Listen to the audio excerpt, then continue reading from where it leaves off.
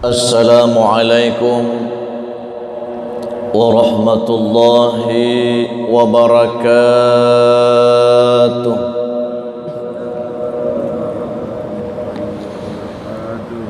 Bismillahirrahmanirrahim. Alhamdulillahilladzi ja'alana wa iyyakum min ibadihi as-salihin. Ashhadu an la ilaha illallahul malikul haqqul mubin wa ashhadu anna muhammadar rasulullah sadiqul wa'dil amin.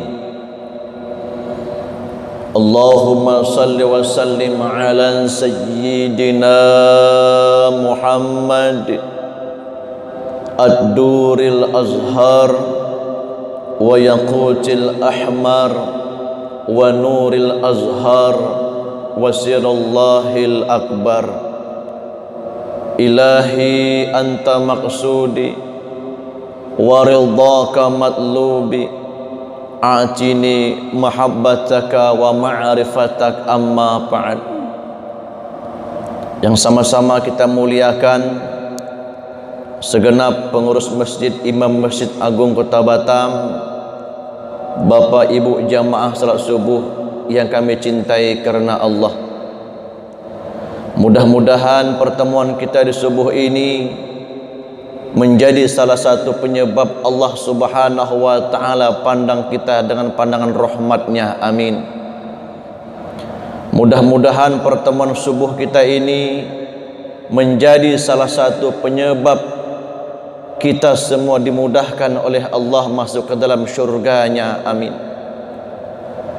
Bapak-bapak hadirin yang kami muliakan, dalam kitab Ihya Ulumuddin dijelaskan, yang mana kitab Ihya Ulumuddin ini Bapak, saya punya sanad sampai kepada Imam Ghazali. Ini saya bacakan dulu Pak sanadnya biar jelas Pak. Saya mengambil sanad Ihya Ulumuddin kepada guru kami Al-Arif Billah Syekh Mu'az Al-Banjari. Syekh Mu'az Al-Banjari mengambil sanad Ihya Ulumuddin pula kepada gurunya, guru kami Al-Arif Billah Syekh Zaini bin Abdul Ghani Abah Guru Sekumpul Al-Banjari. Abah Guru Sekumpul mengambil pula sanad Ihya Ulumuddin kepada gurunya seorang ulama yang saleh, Said Muhammad Amin Al-Qutbi. Said Muhammad Amin Al-Qutbi mengambil sanadnya pula kepada gurunya, kepada Said Abdul Hayy Al-Kitani. Said Abdul Hayy Al-Kitani mengambil sanad Ihya Ulumuddin pula kepada gurunya, kepada Said Nasrullah bin Abdul Ghadir. Said Nasrullah bin Abdul Ghadir mengambil sanadnya pula kepada gurunya, kepada Said Muhammad Husin Al-Qutbi. Said Muhammad Husin Al-Qutbi mengambil sanad Ihya Ulumuddin pula kepada gurunya, kepada Syekh Muhammad Amiril Kibri. Syekh Muhammad Amiril Kibri mengambil sanadnya pula kepada gurunya, kepada Syekh Muhammad Al-Hibni. Syekh Muhammad Al-Hibni mengambil sanadnya pula kepada gurunya, kepada Syekh Mula Ibrahim. Syekh Mula Ibrahim mengambil sanadnya pula kepada gurunya, kepada Syekh Mula Syarif. Syekh Mula Syarif mengambil sanadnya pula kepada gurunya, Faqih Ali bin Muhammad Al-Hakimi. Faqih Ali bin Muhammad Al-Hakimi mengambil sanad Ihya Ulumuddin pula kepada gurunya, kepada Syekh Ahmad Al-Maki. Syekh Ahmad Al-Maki mengambil sanadnya pula kepada gurunya, kepada Syekh Taqi Sulaiman bin Hamzah. Syekh Taqi Sulaiman bin Hamzah mengambil sanadnya pula kepada gurunya, kepada Syekh Abi Ishaq At-Tunuhi. Syekh Abi Ishaq At-Tunuhi mengambil sanadnya pula kepada gurunya seorang ulama besar, Syekh Umar bin Karim Ad-Dinuri. Syekh Umar bin Karim Ad-Dinuri mengambil sanadnya pula kepada gurunya, kepada Syekh Al-Hafiz Abil Farahi Indal Ahmad Al-Baghdadi. Ahmad Al-Baghdadi mengambil sanadnya pula kepada gurunya, wa huwa Hujjatul Islam Abi Hamid bin Muhammad bin Al-Ghazali, yakni Imam Ghazali. Jadi silsilahnya bapak-bapak Ihya Ulumuddin dari Imam Ghazali sampai kepada kita. Ada sebuah hadis yang disabdakan oleh baginda Rasulullah bin Abdullah bin Abdul Muttalib bin Hashim bin Abdul Manaf bin Qusay bin Khilab bin Murrah bin Kakhab bin Luy bin Ghalib bin Fihri bin Malik bin Natari bin Khananah bin Khuzaimah bin Mutrikah bin Ilyas bin Mudar bin Nizar bin Ma'ad bin Adnan bin Adda bin Muqawam bin Nahur bin Ya'rub bin Yasjub bin Nabat bin Ismail bin Ibrahim bin Syarruk bin Ra'u bin Faleh bin Aibar bin Saleh bin Arpashad bin Syam bin Nuh bin Lamak bin Mutawasaleh bin Ahnu bin Yarid bin Mahlai bin Khainan bin Ya'nis bin Sya'li bin Adam alaihi salam. Ini silsilahnya Rasulullah Pak sampai kepada Nabi Adam. Apa yang disabdakan oleh baginda Rasul? Kata baginda Rasul, akthiru min hazimil ladat. Perbanyak oleh kita mengingat yang menghilangkan kelezatan hidup. Apa yang mengingatkan menghilangkan kelezatan hidup? Yakni kematian. Orang Islam dianjurkan untuk banyak-banyak mengingat kematian. Tujuannya apa? Agar kita umat Islam tidak terlalu cinta dengan kehidupan dunia. Kalau kita banyak mengingat kematian, hati kita insya Allah yarikul qalbuh akan lembut. Kalau sudah hati kita lembut Pak, maka diri kita akan dijaga untuk melakukan hal-hal yang tidak ada manfaatnya. Kita umat Islam meyakini tiap-tiap makhluk yang bernyawa pasti akan mati. Faqala Allah Ta'ala, kullu nafsin dha'iqatul maut wa innama tuwaffuna hujurakum yaumal qiyamah faman zuhjiha 'anil nar wa adkhulil jannata faqad faz wa ma hayatad dunya illa mata'ul ghurur. Tiap-tiap makhluk yang bernyawa kata Allah pasti akan mati.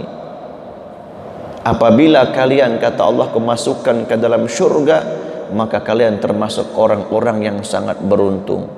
Dan apabila kalian kata Allah kemasukkan ke dalam api neraka jahanam, maka kalian termasuk orang-orang yang sangat merugi. Wa ma hayatad dunya illa mata'ul ghurur. Kehidupan dunia itu hanyalah tipu belaka. Dari firman Allah ini Bapak, ada dua pelajaran yang boleh kita ambil. Pertama, tiap-tiap makhluk Allah yang bernyawa, baik bangsa manusia, baik bangsa jin, baik bangsa malaikat, baik tumbuh-tumbuhan, baik binatang, selain zat Allah yang Esa, yang Wahid, yang tunggal, semua akan mati. Ini pelajaran pertama. Pelajaran yang kedua yang boleh kita ambil, kematian itu merupakan satu kenikmatan yang sangat nikmat sekali bagi hamba-hamba Allah yang saleh dan salehah. Tapi sebaliknya tuan puan, kematian itu merupakan azab dan siksa yang sangat pedih, yang mengerikan bagi seorang hamba yang pendosa. Dalam kitab Qasasul Anbiya, Nabi Idris bin Hanuk bin Yarid bin Mahlai bin Khainan bin Ya'nis bin Sya'li bin Adam alaihissalam pernah meminta kepada Allah agar nyawa Nabi Idris dicabut, kemudian dimasukkan dengan tujuan supaya Nabiullah Idris bisa merasakan bagaimana sakitnya ketika roh diambil daripada tubuh. Singkat cerita Pak, dicabut, meninggal, dimasukkan lagi, hidup. Kemudian ditanya, oleh malaikat Israel. Wahai Nabi Idris alaihissalam, bagaimana sakitnya ketika proses roh diambil daripada tubuhmu? Nabi Idris menjawab, wahai malaikat Israel, jikalau ada 1000 ekor kambing, kemudian kambing tersebut tanpa disembelih, dikulitin hidup-hidup, masih sakit satu roh diambil daripada tubuh. Subhanallah. Mudah-mudahan kita mati dalam keadaan beriman. Amin. Yang jadi pertanyaannya Bapak Ibu, seorang nabi yang tahir, seorang nabi yang maksum, seorang nabi yang suci, seorang nabi yang sudah pasti masuk surganya Allah,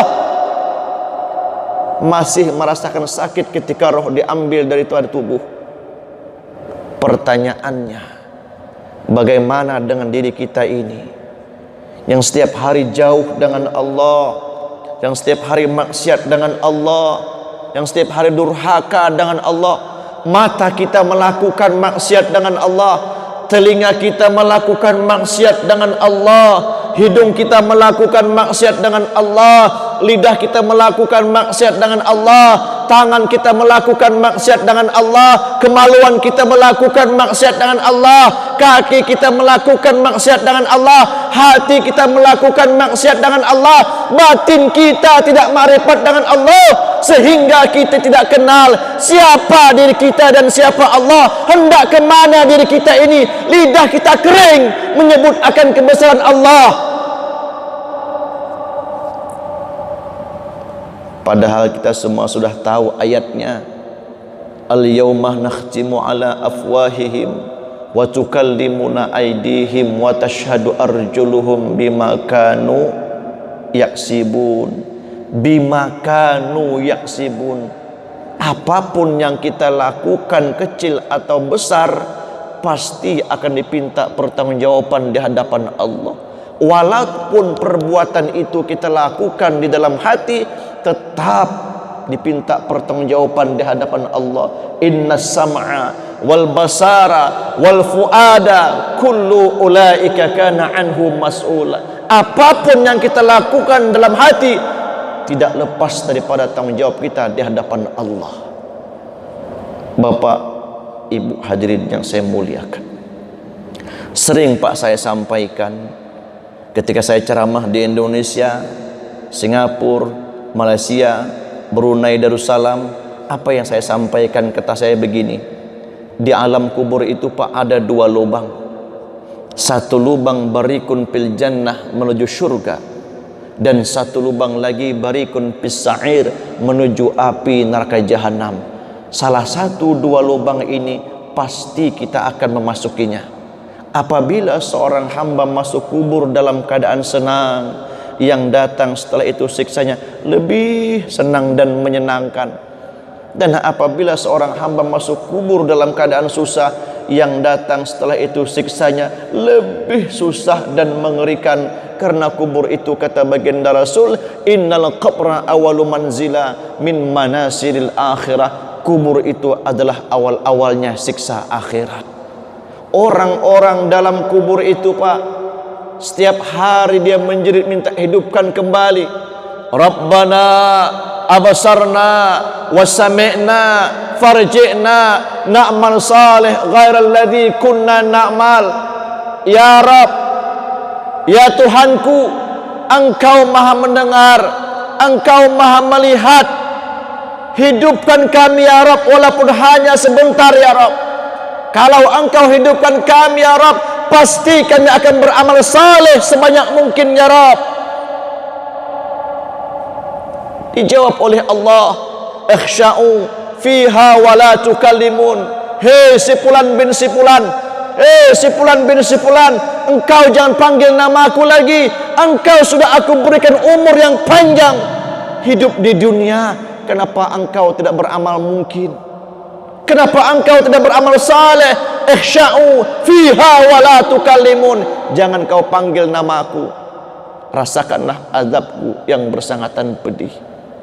Na'udzubillah, summa na'udzubillah. Bapak hadirin yang saya muliakan, kalau orang-orang yang saleh Pak, yang dicintai oleh Allah, dia masuk ke alam kubur, kubur tidak akan menjepit. Dia masuk ke alam kubur, malaikat tidak akan menanya. Dia masuk ke alam kubur, cacing tidak akan memakan tubuh orang-orang yang saleh, yang sudah mendapatkan ridhonya Allah. Huma amrullah wa nahnu min khalqillah. Cacing makhluk Allah, tanah makhluk Allah, malaikat makhluknya Allah, sama-sama makhluk Allah. Dia tidak akan menyiksa, dia tidak akan menggigit, dia tidak akan menjepit kepada seorang makhluk yang sudah dapat ridhonya Allah. Mudah-mudahan kita semua dapat ridhonya Allah, amin. Ada satu doa Bapak Ibu, yang mana doa ini apabila kita baca habis sholat subuh, fadilahnya Allah akan beri pahala seperti amal ibadah wali kutub. Apa doanya? Mudah saja Pak. Baca 4 kali habis salat subuh. Setiap habis salat subuh, fadilahnya Allah akan tulis pahala ibadah orang tersebut seperti ibadah wali kutub. Apa doanya? Ini doanya: Allahumma ighfir ummatan sayyidina Muhammad, Allahumma arham ummatan sayyidina Muhammad, Allahumma astur ummatan sayyidina Muhammad, Allahumma jbur ummatan sayyidina Muhammad. Ini doa bagus diamalkan. Kenapa bagus? Karena ibadah kita jauh dibandingkan orang-orang yang saleh. Dalam kitab Madarijus Su'ud karangan Syekh Muhammad Nawawi Banten, seorang aulia Allah, Imam Syirri As-Saqiti, beliau sanggup Pak 90 tahun tidak tidur malam hanya untuk riyadhah kepada Allah Subhanahu wa taala. 90 tahun Pak tak tidur malam. Kalau kita enggak tidur malam main gaplek Pak. Imam Syirri As-Saqiti 90 tahun sanggup tidak tidur malam, hanya ibadah riyadhah kepada Allah. Makanya Imam Syirri dikasih karomah oleh Allah. Salah satu karomah daripada Imam Syirri As-Saqiti, ketika beliau di kampungnya Pak kebakaran, dia keluar daripada rumah, dia pandang itu api langsung padam Pak. Ini karomah. Dulu kebakaran di Bingkung Al-Jabar Pak, saya datang ke sana, saya pandang tambah besar apinya Pak, bukan tambah padam. Syekh Abdul Qadir Jilani 40 tahun dia sanggup tidak tidur malam, tidurnya hanya hitungan jam. Makanya Syekh Abdul Qadir Jilani diberikan karomah oleh Allah. Jauh ibadah-ibadah kita dengan orang yang saleh. Maka doa ini Pak, insya Allah orang yang mengamalkan, Allah catat sebagai amal ibadah wali kutub. Diamalkan Pak.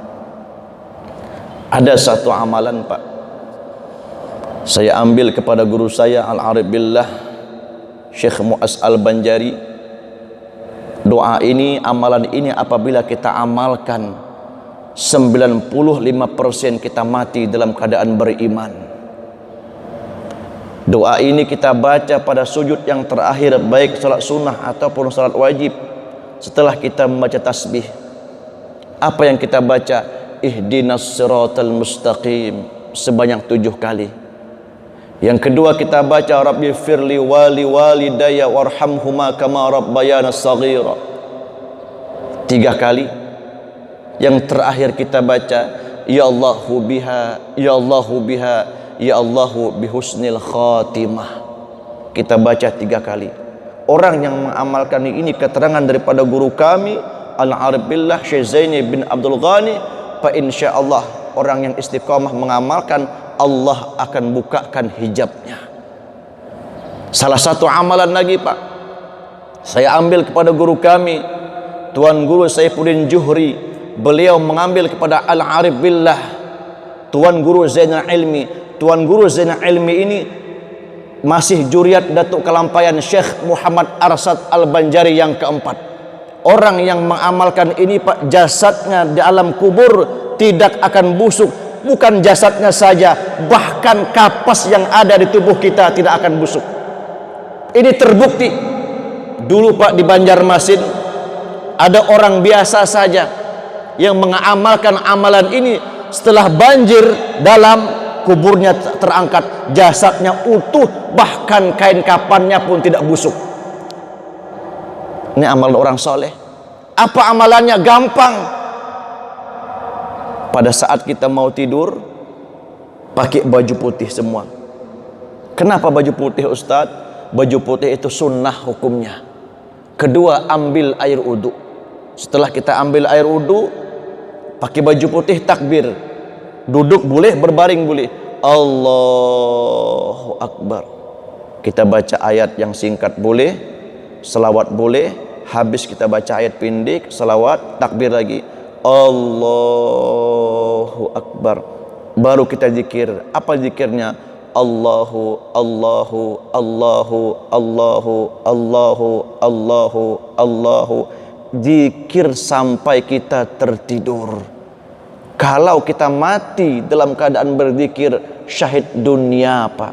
Orang yang syahid dunia bebas daripada siksa kubur. Ini bersanad sampai kepada aulia Allah Syekh Muhammad Arsad Al-Banjari.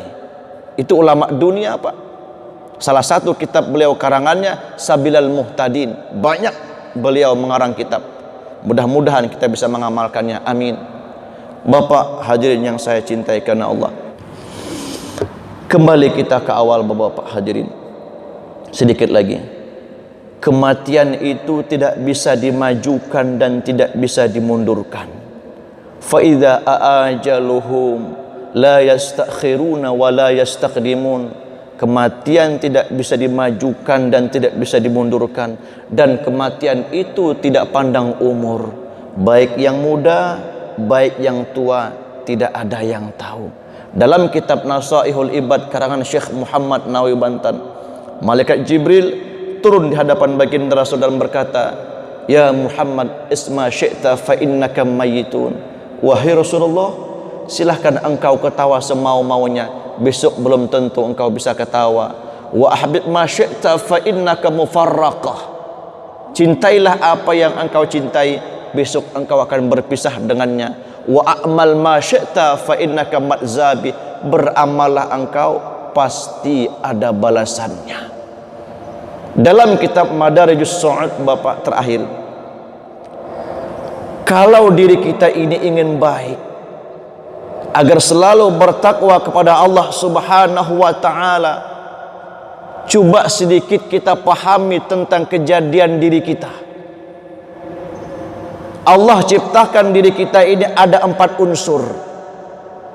Unsur yang pertama, Allah ciptakan diri kita ini tanah. Apa pelajaran yang bisa kita ambil daripada tanah? Tanah itu Bapak, setiap hari kita injak, setiap hari kita kencingin, setiap hari kita birain. Bangun rumah di atas tanah, bangun masjid di atas tanah, bangun gedung di atas tanah, tanam sayur di atas tanah. Tiap hari tanah itu kita kasih kotoran, tapi tanah tetap memberikan kebaikan. Pelajarannya apa yang bisa kita ambil Ustaz?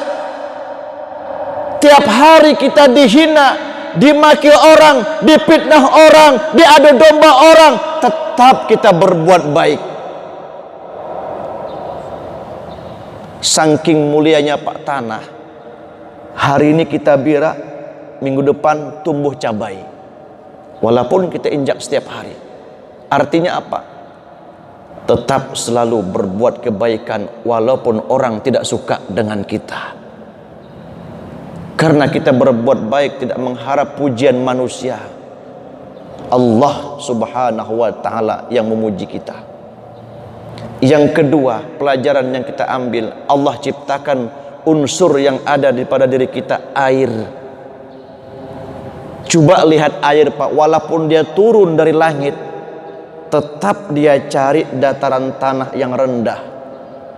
Ini pelajaran buat kita. Jangan sombong, jangan angkuh. Dengan ilmu jangan sombong, dengan harta jangan angkuh, dengan jabatan jangan sombong, dengan apapun yang kita miliki tidak boleh sombong. Kalau kita sombong, siap-siap Allah akan hinakan diri kita. Tapi kalau kita tawaduk seperti yang dicontohkan baginda Rasul, pasti diri kita akan baik, pasti diri kita akan derajatnya diangkat oleh Allah. Coba lihat Pak, buah semangka. Semangka itu karena dia tawaduk Pak, dihormatin orang. Saking dihormatinya itu semangka, orang motong pun pakai pisau tajam. Belum pernah orang motong pakai sinsu Pak. Saking dihormatinya semangka, di pasar itu orang angkat pelan-pelan.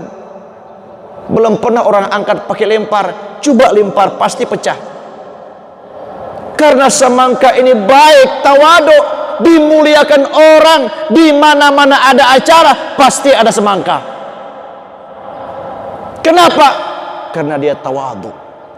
Tapi kita lihat pohon kelapa Pak, batangnya kecil, buahnya pun juga kecil. Kadang-kadang kelapa ini Pak, di kampung, saya orang kampung Pak, batang kelapa tempat orang bira. Buahnya jatuh ke tanah, ditumbak, lempar ke parit. Telah lempar di parit, ditarik rame-rame, tumbak lagi, lempar ke langkau. Sampai ke langkau Pak, dikupik, belah, lempar ke atas langkau. Siap di atas langkau, hidupin tempurung, dibakar sampai masak. Sudah masak itu kelapa, datang ibu-ibu bawa sungkilan. Selesai sungkil dari atas, lempar lagi ke bawah, masukkan dalam karung, tumbuk supaya padat isinya. Setelah ditumbuk, dijahit Pak, pakai tali rapia, jarumnya jarum besar. Selesai menjahit, masukkan ke pumpung, bawa ke pasar. Sampai ke pasar itu kelapa, masukkan dalam godang, mesin dihidupin, dijadikan minyak. Empasnya dibuang, minyaknya diambil. Hidupin kompor. Setelah kompornya panas, masukin itu minyak. Setelah minyaknya panas, masukin ikan asin yang busuk. Setelah ikan asinnya masak, ikan asin yang diambil, minyak bekasnya dibuang ke dalam comberan. Sampai di comberan berkumpul dengan kotoran-kotoran yang lain, yang tadinya di atas jatuh ke bawah. Begitu juga orang-orang yang angkuh dengan jabatan, angkuh dengan ilmu, angkuh dengan harta, siap-siap dia akan dihinakan oleh Allah. Allah akan hinakan orang-orang yang sombong. Allah masukkan ke dalam jurang yang ada di dalam api neraka jahanam yang bernama Lamlam, berkumpul dengan Qarun dan Fir'aun di sana. Subhanallah. Makanya kalau kita bisa mengkaji diri kita, insya Allah jadi orang baik. Unsur yang kedua yang Allah jadikan, angin. Apa pelajaran yang angin bisa kita ambil? Angin ini Pak tidak pernah bohong. Di ujung sana orang bakar terasi, anginnya masuk ke hidung kita pasti bau terasi. Betul? Belum pernah ketukar Pak. Di ujung sana orang bakar terasi, masuk ke hidung kita ayam bakar, belum pernah. Artinya apa? Kalau hidup kita jujur, jangan bohong, insya Allah Allah akan angkat derajat kita. Terakhir, unsur yang Allah jadikan dalam diri kita, api. Apa pelajaran yang bisa kita ambil daripada api? Api tetap dia panas. Maksudnya bagaimana Ustadz? Maksudnya diri kita ini tetap panas melakukan kebaikan sampai ajal menjemput kita. Jangan dingin melakukan kebaikan. Bapak hadirin jamaah subuh yang kami muliakan, cukup sekian yang dapat saya sampaikan. Mudah-mudahan yang saya sampaikan ini bisa ada bermanfaatnya, dan mudah-mudahan kita bisa mengamalkannya insya Allah. Dan mudah-mudahan juga Allah matikan kita dalam keadaan husnul khotimah. Amin amin ya rabbal alamin. Akhiru kalam, billahi taufiq wal hidayah. Wassalamualaikum warahmatullahi wabarakatuh.